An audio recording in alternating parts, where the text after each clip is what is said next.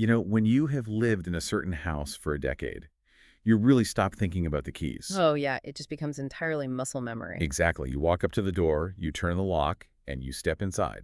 It's completely automatic.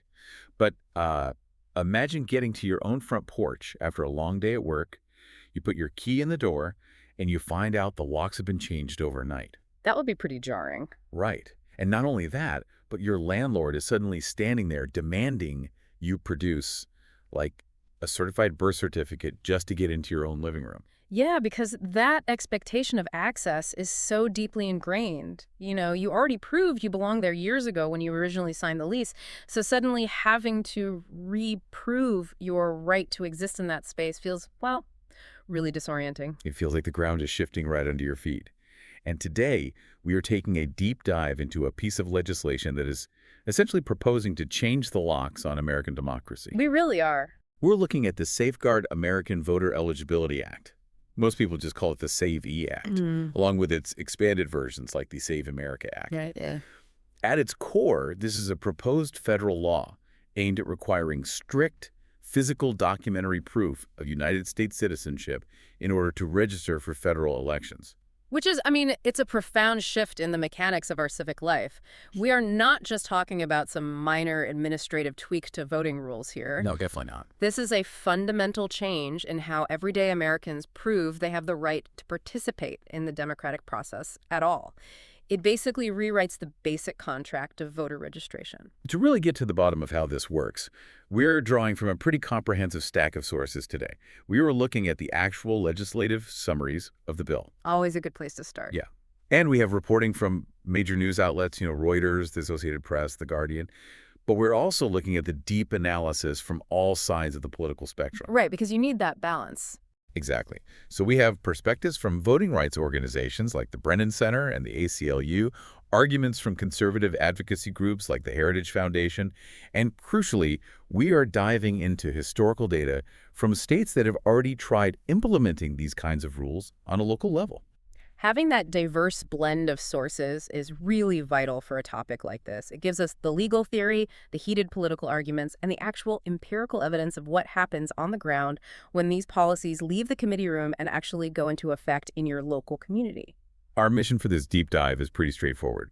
We want to examine how the SAVE Act proposes to change the fundamental mechanics of voter registration, weigh the stated goals of the legislation against the empirical data, and explore the practical realities of who would actually be affected if these hurdles become the law of the land. So what does this all mean? Well, to understand the controversy, we first have to understand the mechanics of the system we currently have. Right now, federal voter registration largely relies on a system of trust, but it's backed up by severe legal consequences. Okay, how so? When you register to vote, you sign a statement under penalty of perjury swearing that you are a United States citizen. And committing perjury on a federal document is not a slap on the wrist. I mean, it is a serious crime. A very serious crime. We're talking heavy financial fines, potential prison time, and for non-citizens, the very real threat of immediate deportation. Right. That threat has historically served as a very strong deterrent. But the SAVE Act argues that a signature on a piece of paper is just no longer enough to secure the system. So what are they asking for instead? The legislation demands physical documentary proof of citizenship. We are talking about a U.S. passport, a certified birth certificate with a raised seal, a naturalization certificate, or a specific enhanced driver's license. Let me jump in here because this is where the logic requires a little bit of parsing. It's kind of like, well, think about returning a library book. Okay, I'm tracking. Imagine you go to return a book, but instead of just dropping it in the bin, the librarian suddenly demands you provide the original paper mill receipt to prove the book's physical authenticity. That would hold up the line. Right. I mean, if I walk into my local election office and hand them my standard state-issued driver's license, that piece of plastic definitely proves who I am. It has my photo, my age, my home address.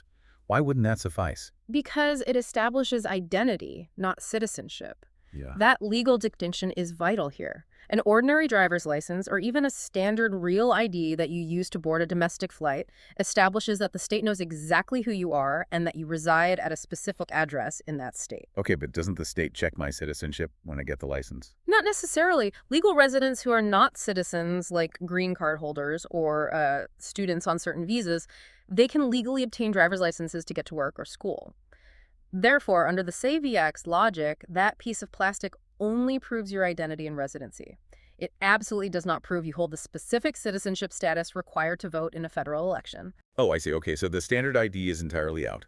I need my actual passport or my original birth certificate from the hospital. Correct. And here is where the major logistical hurdle comes into play. Many versions of this legislation mandate that these original documents must be presented in person to election officials. In person. Wait, so think about what that actually means for a second. Yeah.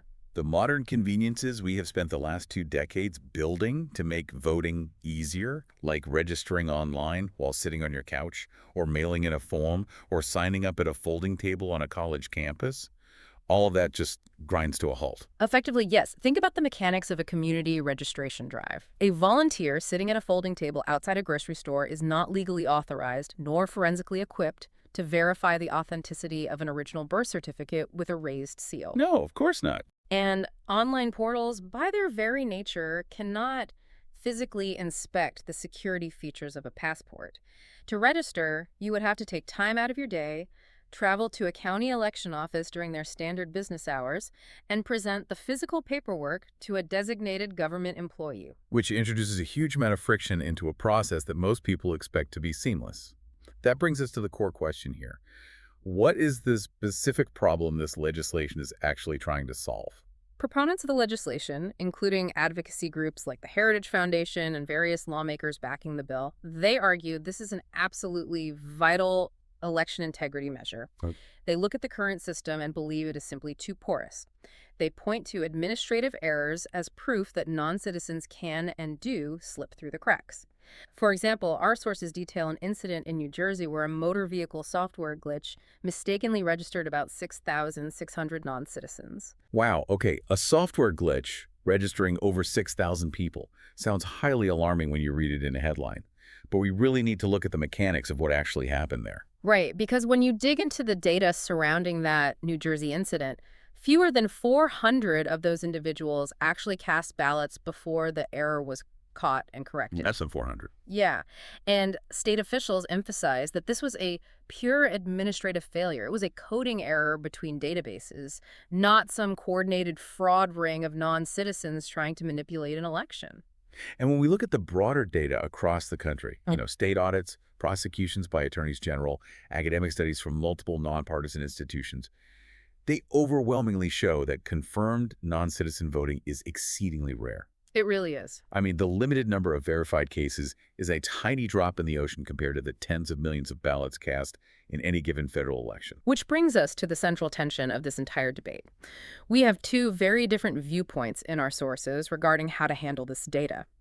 Supporters of the bill argue that regardless of how statistically rare the occurrences are, the sheer perception of vulnerability in the system damages public trust. Right. Their perspective is that strict mandates are the only way to restore absolute confidence among voters who doubt the integrity of the results. But this raises a really important point based on the evidence. What does increasing confidence in voting results actually mean when that doubt is based solely on unfounded pronouncements?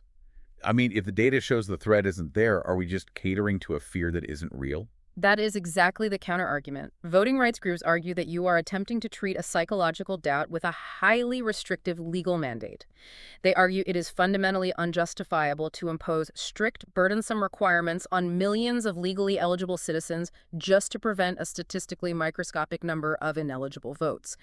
So it is a debate between securing the perimeter at all costs versus ensuring the doors remain open for the people who actually belong inside. Exactly. And what's fascinating here is how the federal government's own technological tools actually complicate this perimeter defense. What do you mean?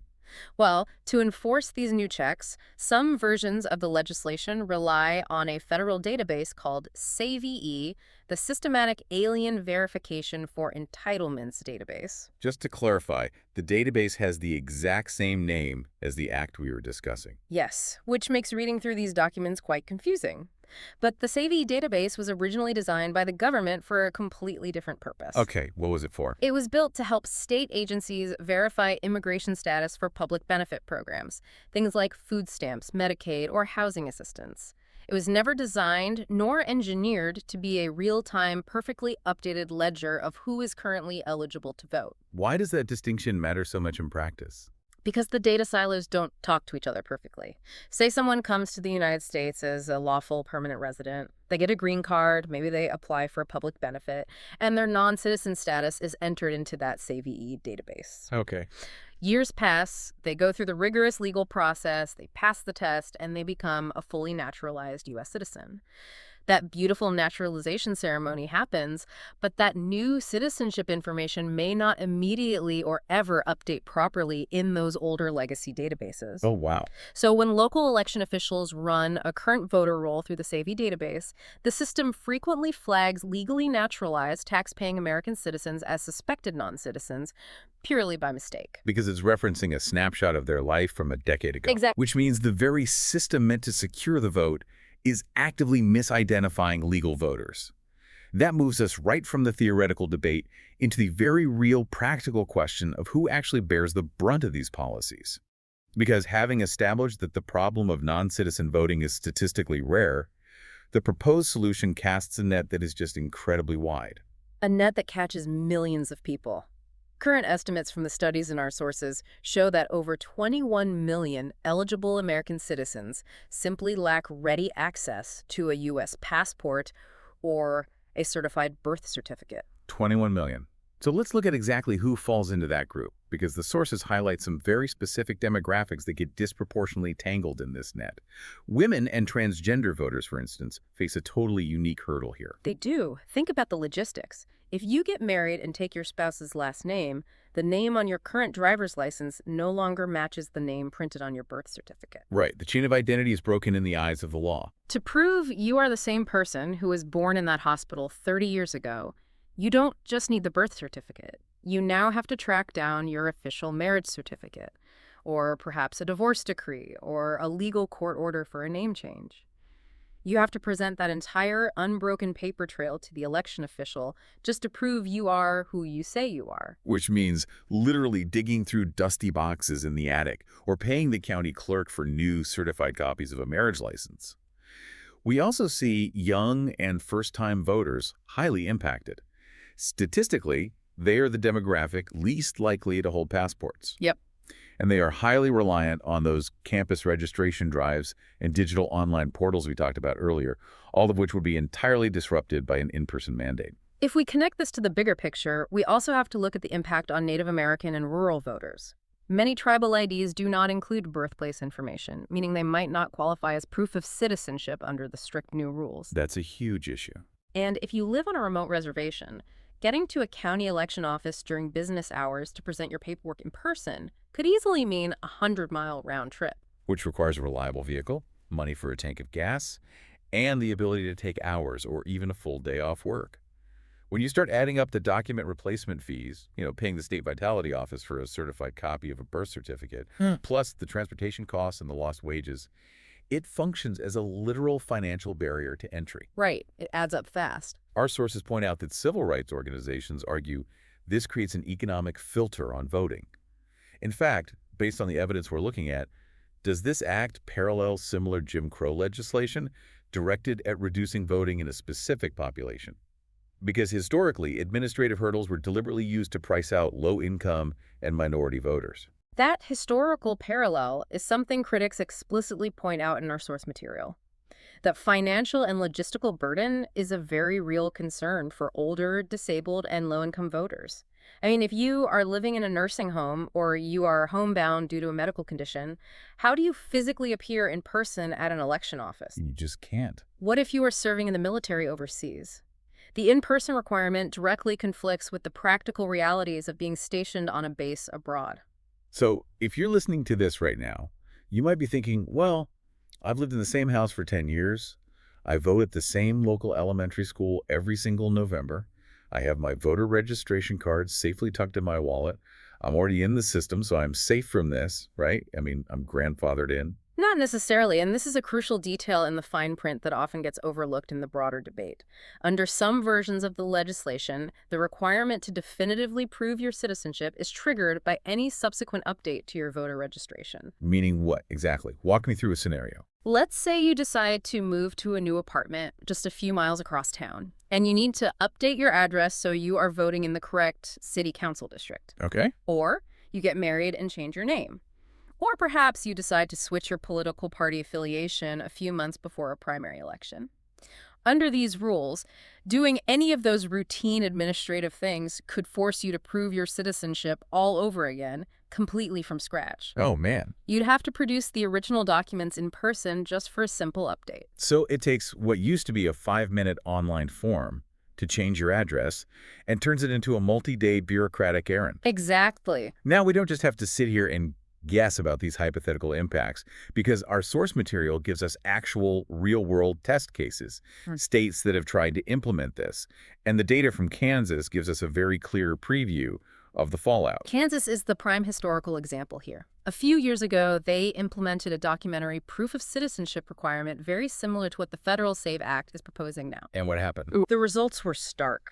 The policy blocked over 31,000 applicants, placing their voter registrations in a suspended state. 31,000 people blocked. That is not a small margin of error. It represented about 12% of all new registration applicants during that specific period. And when researchers dug into the data, it showed that the vast majority of those blocked were legally eligible, native-born citizens who simply couldn't produce the correct paperwork in time. That's staggering. The number of eligible citizens whose right to vote was suspended vastly outnumbered the tiny handful of non-citizens the program actually identified and removed. And then there's Arizona, which tried to implement this but ran into a conflict with federal law, resulting in a system that sounds incredibly confusing. Based on the sources, Arizona currently operates a dual system. Yes, they do. Because federal law currently requires states to accept a standard federal registration form that only asks for a signature, Arizona essentially compromised. They said, okay, if you use the federal form without providing physical documentary proof of citizenship, you can register. But you were categorized as a federal-only voter. That is correct. They created a tiered system of voting rights within the same state. So a federal-only voter means those citizens can cast a ballot for the President of the United States or for the representative in Congress, but they are legally barred from voting in their own state and local races. Right? They cannot vote for their governor, their local mayor, or the school board that determines their property taxes. This raises an important question about the practical reality of running an election. Imagine the administrative chaos this creates on a Tuesday in November. Seriously. An election worker, who is probably just a volunteer from the neighborhood, has to stand at a polling place, look at their registry, hand one person a full comprehensive ballot, and then hand their neighbor a completely different restricted ballot. Just because of a missing piece of paper in a file somewhere? Exactly. Election administrators are incredibly vocal in our sources about the nightmare this creates on the ground. It requires separate digital tracking systems, the printing of separate physical ballots, and constant, often heated explanations to angry voters who simply do not understand why they are being told they can't vote for their local sheriff despite living in the town for 20 years. And the SAVE Act adds an entirely new layer of stress for those election workers, doesn't it? Because the workers themselves are suddenly on the hook. They are. The legislation includes specific civil and criminal penalties for election officials who register ineligible voters. Put yourself in the shoes of a county clerk making $20 an hour. Someone walks in and hands you a birth certificate that looks a little faded, or a marriage license with a slightly different spelling of a middle name. You have a terrible choice to make. Right. You can accept the document, register the voter, and risk being personally prosecuted or heavily fined if a flawed federal database later throws a red flag. Or you can just reject the application, protect yourself, and tell the voter to try again later when they have better paperwork. The threat of personal legal ruin naturally encourages extreme caution.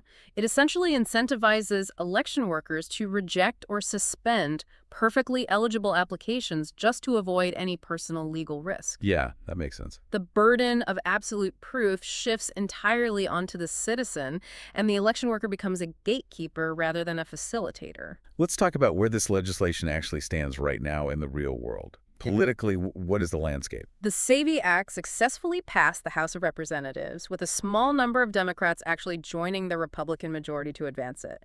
But it has stalled in the Senate. So it's stuck. For now. Proponents of the bill, heavily pressured by conservative leaders, have been trying a legislative maneuver to force it through.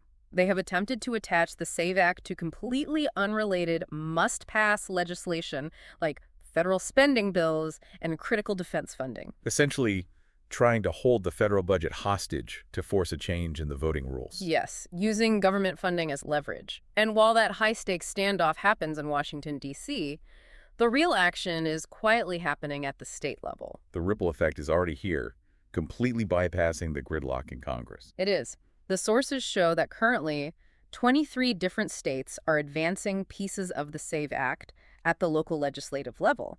They are using this federal proposal as a blueprint to model their own state laws. So we need to bring this all together. What the SAVE Act and these local bills really represent is a fundamental clash between two completely different philosophies of election policy. On one side, you have the desire to rigidly verify citizenship, driven by the belief that the system is insecure and that public trust can only be restored through strict, unyielding mandates. On the other side, you have the need to preserve convenient, accessible voter registration for legally eligible Americans, arguing that the proposed cure is vastly more destructive than the disease itself.